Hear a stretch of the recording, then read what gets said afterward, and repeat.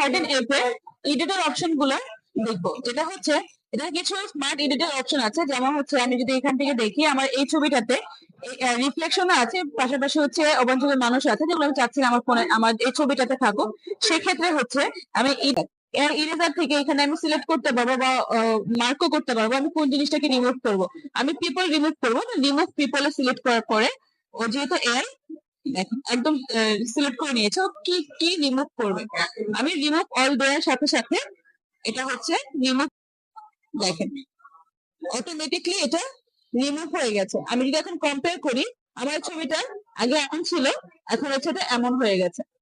এখন আমি এটা ডান করার পরে এখন আমি এই রিফ্লেকশন গুলোকে রিমুভ করবো, যার জন্য এই যে এখানে আমাদের রিফ্লেকশন রিমুভ রিফ্লেকশন একটা অপশন আছে, যেটা হচ্ছে আমরা অটোমেটিকলি সে রিমুভ করে দিই।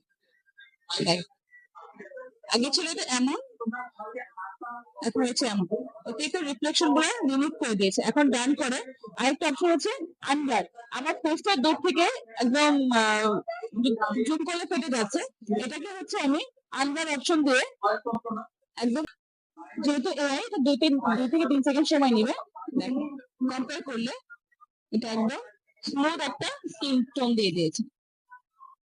এটা আমি ছবিটাকে আমি সেভ করে নিলাম। সেভ